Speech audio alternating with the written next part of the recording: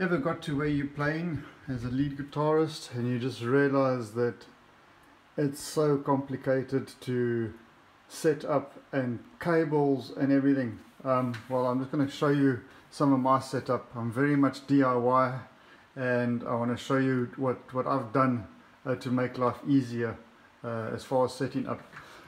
This is my little 5-watt tube amp. Go.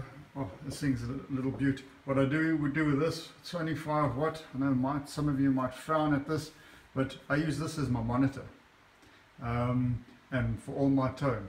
So I mic this out into the front of house, and I've got full control on how much I'm hearing, and the front of house guy can EQ till his heart content. But anyway, what I want to show you is, like, when you get to wherever you're playing, and there's just cables and cables and cables, and they're also in the way. So what I've done is I've permanently fixed a homemade snake into the back of my amp. Okay.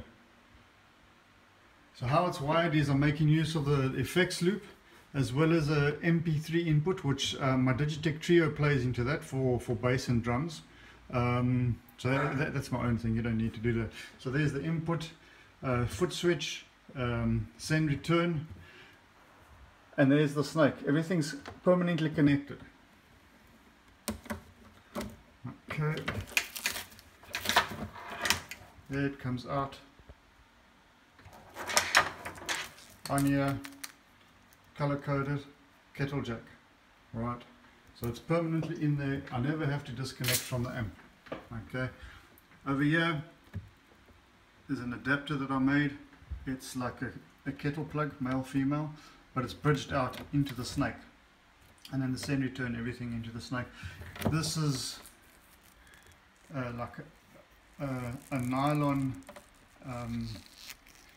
sheath. It protects the cables, keeps them nice and close together, nice and neat. So all I do, I get to the place, take the cover off, grab a plug. Oh, another suggestion I would make. When you're making a kettle plug cable, don't use these PVC things. You can see, look how it's got a memory like an elephant. Get a rubber cable. They lie flat, they're out of the way, and they last far longer. Okay, so with that done,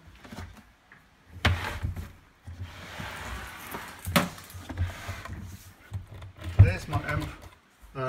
I've got a special little stand for it. It kicks back like that so it faces me. There's my pedal board. Okay, the Boss GT100. 2 loopers and the Digitech. I don't know, it's a bit dark, but anyway. Lighting's not great in here. And then, yeah, all of this I made my own. There's the extra flight case type thing. So if I need to protect the pedal board, usually I just dump it in the car like that.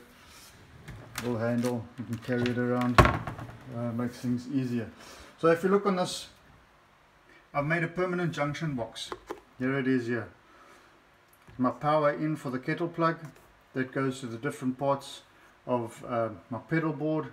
There's the cables out. Everything's neat, labeled. That power out goes to all the power supplies. There's more underneath there. Even got a USB charge over here to charge my wireless system, just in case. And that's it. So if I switch the power on,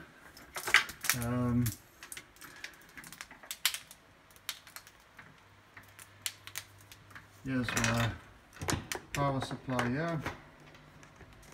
All of these are color coded, so it makes all my effects loops and everything where it should be.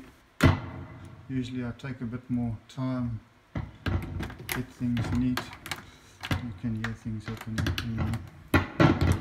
There's it, I'm connected. I'm ready to go. All I have to do is plug my guitar in. This cut down time like you can't believe. Packing up and setting up. Something to think on.